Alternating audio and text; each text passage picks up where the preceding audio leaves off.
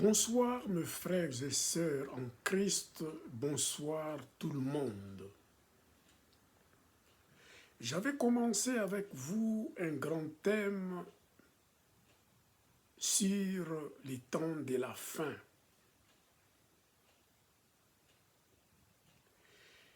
La fois dernière, je vous avais parlé du retour glorieux de Jésus-Christ sur la terre.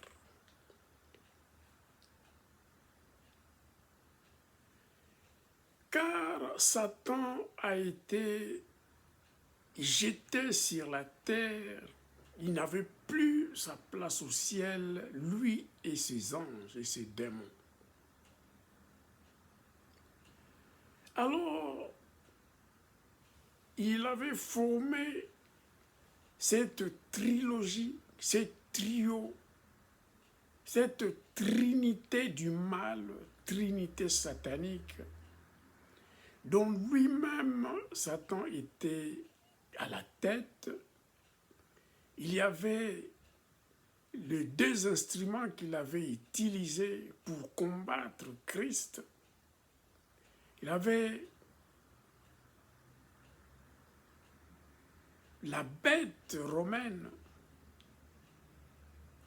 pour persécuter les nations. Et il y avait l'antichrist,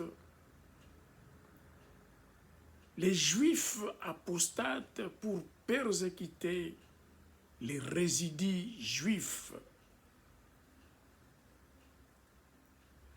Donc notre Seigneur Jésus-Christ était venu pour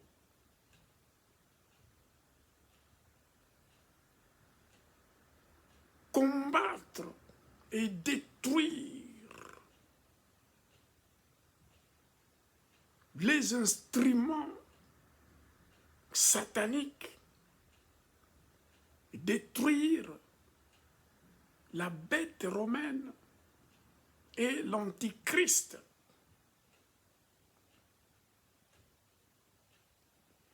Et Jésus-Christ était venu avec un cheval blanc, avec les fidèles, tous les croyants qui étaient enlevés avec lui, étaient venus accompagner Christ avec des chevaux blancs également.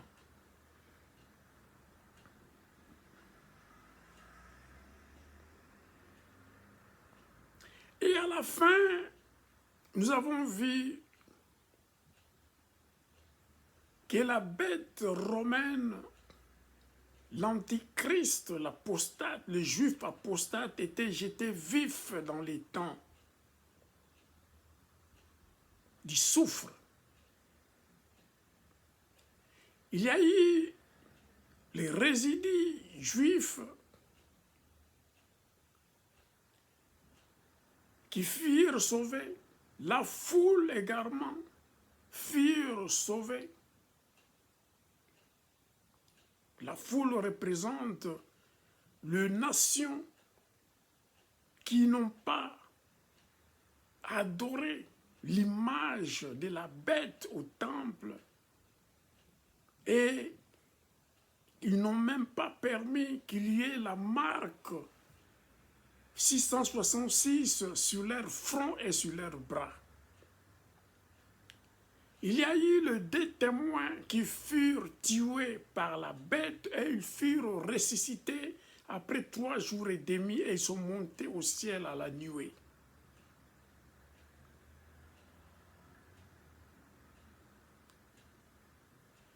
Donc cette guerre d'Armageddon organisée par Satan,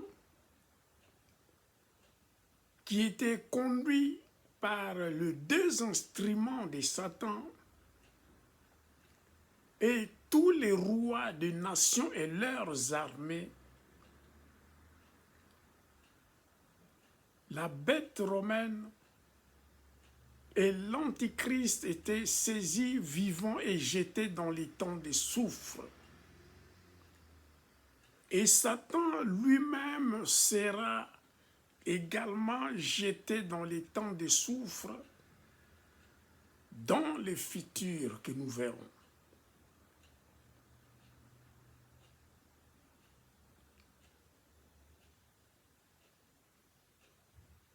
Et tous les rois des nations qui avaient accompagné la bête romaine et l'antichrist pour combattre Christ à Armageddon furent tués par l'épée qui sortait de la lame, de l'épée qui était dans la bouche de notre Seigneur Jésus-Christ.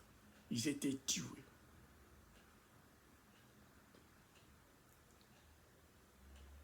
Mais la bête et l'antichrist furent saisis vivants et jetés dans les temps de soufre vivants. Mais il y a d'autres acteurs apocalyptiques que je ne voudrais pas passer à l'arène au millénium sans parler rapidement de ces deux acteurs apocalyptiques. Il y a le roi de Midi et ses voisins qui ont envié Israël. Mais ils furent attaqués par l'Assyrien. Et après, l'Assyrien fut détruit par notre Seigneur Jésus-Christ. Sans plus tarder,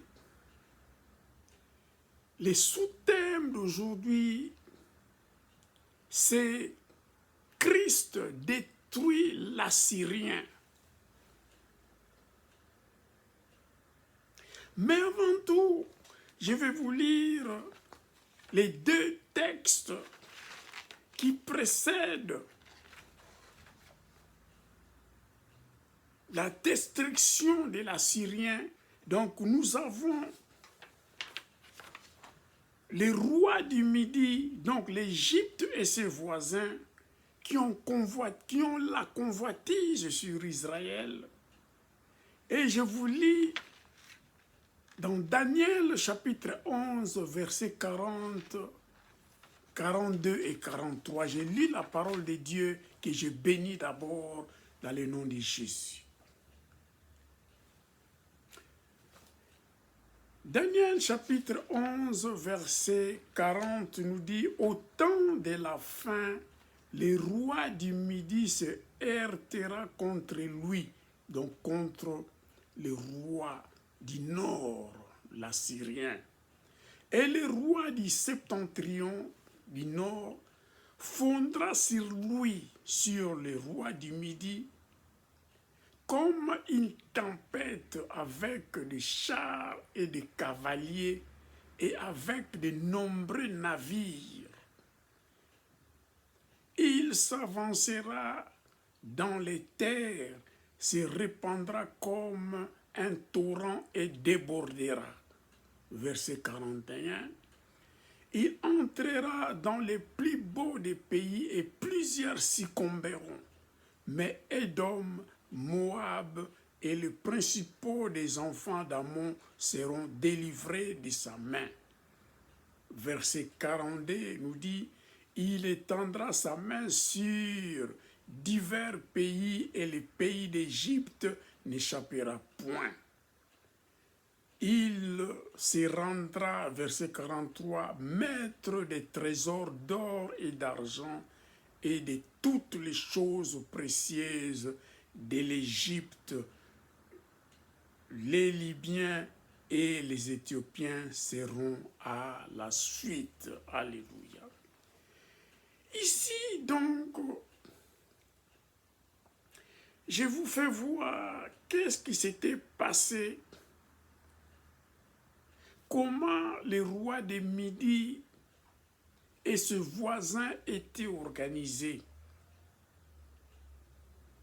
Mais comme l'Assyrien était puissant, il était puissamment organisé, l'Assyrien était aussi, convoitisait aussi Israël après la chute de la bête romaine et de l'Antichrist, les Juifs apostates. Il avait occupé Israël.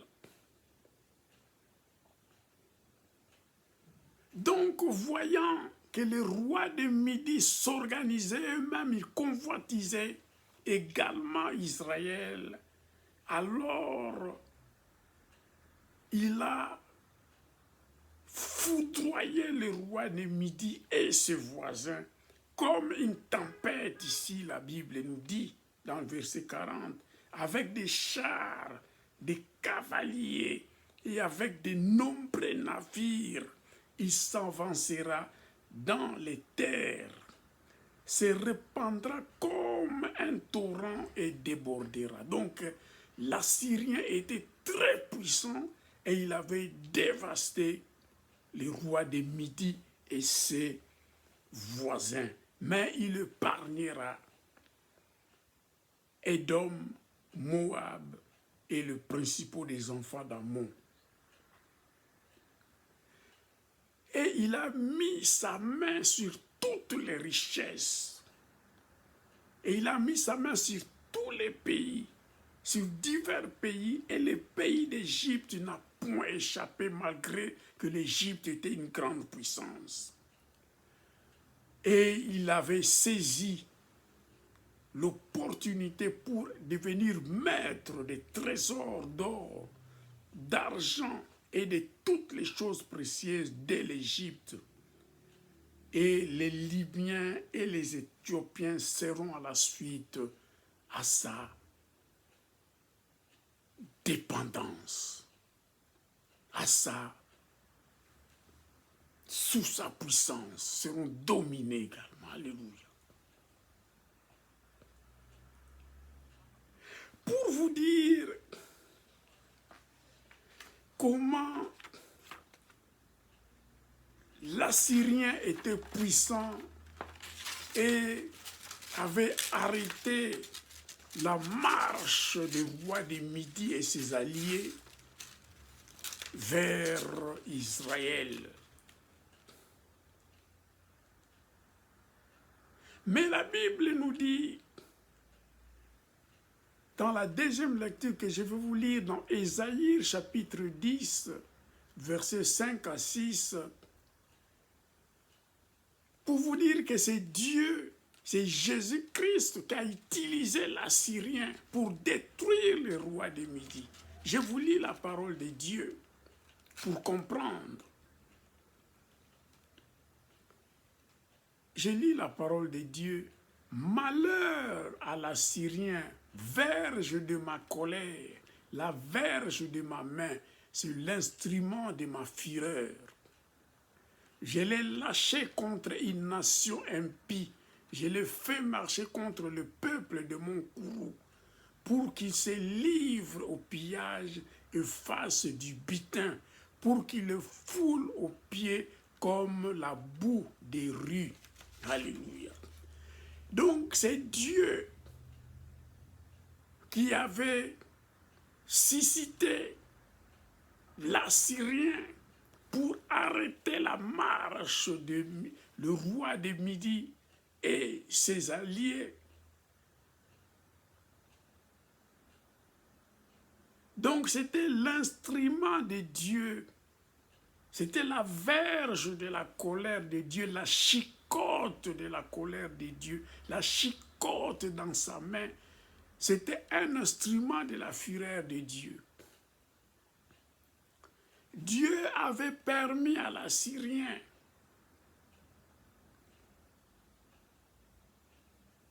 d'être contre le roi du Midi qui est l'Égypte et ses alliés. Et il a fait marcher contre ce peuple, car ils étaient méchants également. pour qu'il se livre au pillage et fasse du butin, comme on a lu d'abord dans Daniel chapitre 11, verset 43. Il se rendra maître des trésors d'or et d'argent et de toutes les choses précieuses dès l'Égypte. Les Libyens et les Éthiopiens seront à sa suite. Alléluia. Donc c'est Dieu qui a utilisé l'Assyrien pour dévaster les rois du Midi et ses alliés. Mais dans Daniel chapitre 11, toujours le verset 45, c'était la fin de l'Assyrien parce qu'il avait dévasté tous les autres, mais il n'avait pas de secours et Christ l'avait détruit. Je vous lis Daniel chapitre 11, verset 45. Il dressera les tentes de son palais entre les mers vers la glorieuse et sainte montagne, puis il arrivera à la fin sans que personne lui soit en aide. Il avait aussi son arrogance, l'avait dressé ses tentes de son palais entre les mers vers la glorieuse et sainte montagne. Parce que c'est là, la sainte montagne, là où Christ était descendu, avait posé ses pieds sur cette montagne des oliviers. Alors, il arrivera à la fin sans que personne lui soit en aide, parce que c'est le règne de Christ qui va arriver. Alléluia. J'ai voulu seulement conclure avec ces deux derniers, pas les deux derniers, parce qu'il y aura le Mog et Mogog que je vous parlerai, parce que Mogog, eux, viendront après que Satan sera relâché après 1000 ans. Alléluia. Et il sera détruit également. Mais ici, c'est juste après la bataille d'Armageddon, juste après que la bête romaine et l'antichrist, ils étaient jetés vivants dans les temps de soufre, et l'Assyrien et le roi de Midi, ils ont eu convoitise sur Israël. C'était juste après cette période. Et après que l'Assyrien fut détruit, Satan fut lié pour 1000 ans. Alléluia. Et pour conclure, je vous lis la parole de Dieu dans Apocalypse au chapitre 20, du verset 1 jusqu'à 3, pardon. Je vous lis la parole de Dieu. Apocalypse au chapitre 20, verset 1 à 3. Je lis la parole de Dieu. Puis je vis descendre du ciel un ange qui avait la clé de l'abîme et une grande chaîne dans sa main. Verset 2, il saisit le dragon, le serpent ancien, qui est le diable et Satan, et il le lia pour 1000 ans. Il le jeta dans l'abîme, ferma et scella l'entrée au-dessus de lui, afin qu'il ne séduisît plus les nations, jusqu'à ce que les 1000 ans fussent accomplis. Après cela, il faut qu'il soit délié pour un peu de temps. Donc ici, nous voyons que Satan, les dragons, les serpents anciens, les diables, Satan, étaient restés seuls.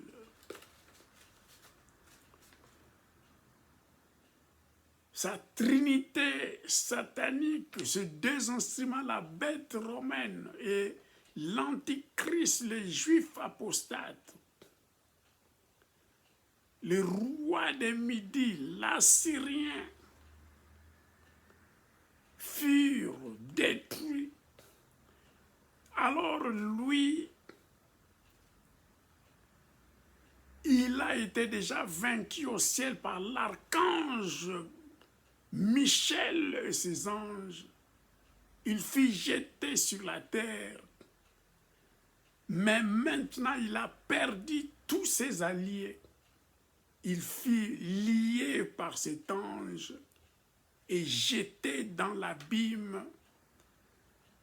Et la porte de l'abîme était scellée pendant 1000 ans. Il devrait y rester pour laisser la place du règne de Jésus-Christ pendant 1000 ans, que je vais vous parler prochainement du règne du Christ, le millénium. Alléluia. Donc, pour vous dire,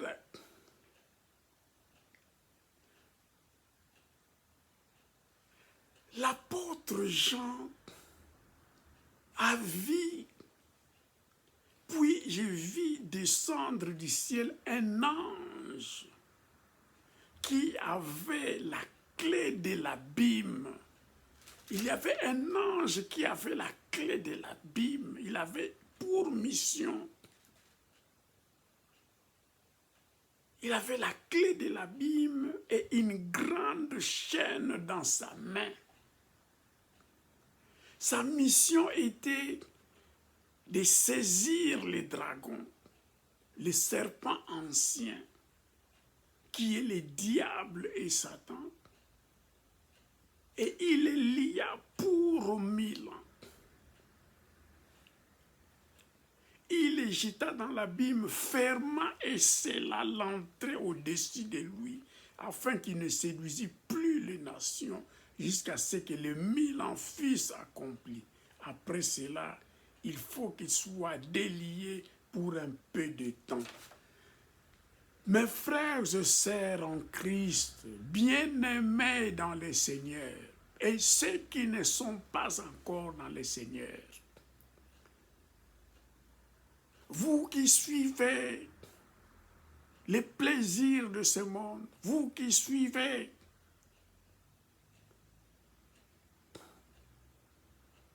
la puissance de ce monde, le règne de ce monde, ici, la Bible vous montre quelle sera la fin de Satan, le dragon, le serpent ancien, le diable, le Satan.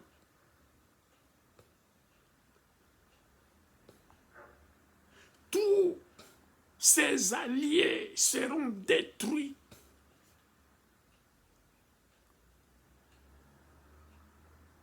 Fuyons l'impudicité, fuyons les péchés, fuyons la convoitise, fuyons les plaisirs de ce monde.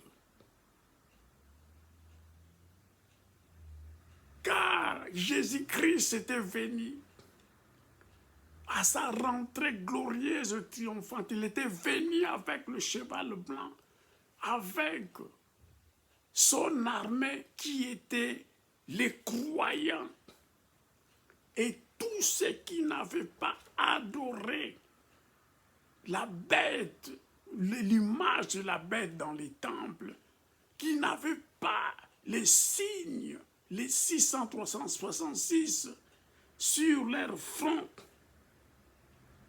et sur leurs bras, qui ne s'étaient pas inclinés, qui n'avaient pas adoré la bête romaine dans les temples, son image.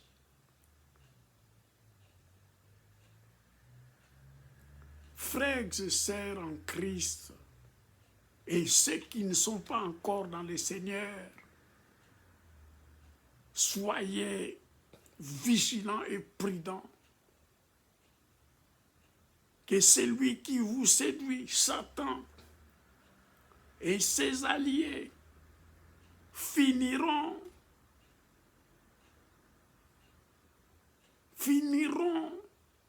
et vous autres qui suivent Satan et ses œuvres, qui vivent dans les péchés, soyez prudents, car le jour viendra quand Satan sera lié, quand il sera jeté dans l'abîme, même s'il sera relâché pour peu de temps, mais il sera attrapé et jeté dans les temps de soufre, lui également. Et tous les autres qui n'ont pas servi Christ, qui ne sont pas enlevés, qui ne sont pas avec Christ, passeront devant le trône blanc pour le jugement final. Et à la fin, ils seront jugés et condamnés. Tandis que ceux qui servent Christ, ceux qui ont servi Christ, seront ensemble avec Christ dans la gloire.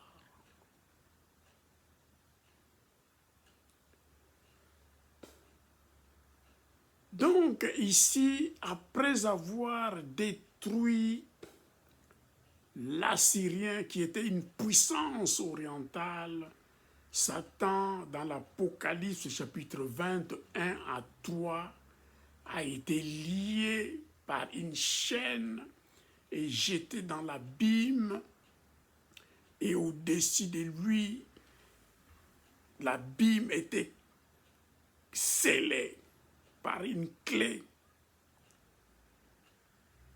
et il ne pourra plus séduire les nations pendant 1000 ans. Donc nous voyons déjà presque la fin de Satan, la fin du dragon, comment il sera fini. Parce qu'entre Dieu et Satan, il n'y a pas de match.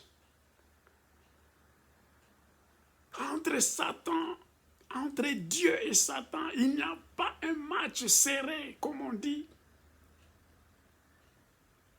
Mais la victoire est dans notre camp, notre Dieu.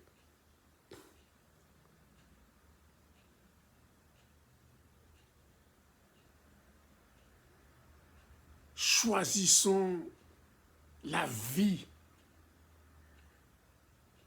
Choisissons la vie, car notre Dieu nous montre le chemin. La fin des temps arrive. Choisissons Jésus, choisissons Dieu. Fuyons les péchés, fuyons les choses de ce monde. Et nous serons sauvés. Prochainement, je vous parlerai du règne de Christ. Et après cela, Satan sera lâché pour peu de temps et il fera également quelques grimaces. Et quand il se relèvera pour faire ce dernière chose, il y aura les Gog venant du fond du nord, pays de Magog, qu'il utilisera cette puissance comme un allié pour combattre Christ, mais ça sera leur fin. Prochainement, je vous parlerai de Jésus-Christ qui viendra établir son règne sur la terre. Alléluia. Soyez bénis, bien-aimés dans le Seigneur, et à la prochaine. Nous allons continuer cette ces grands thèmes que j'avais commencé avec vous, les temps de la fin. Soyez bénis. Bye bye, bye bye, bye bye.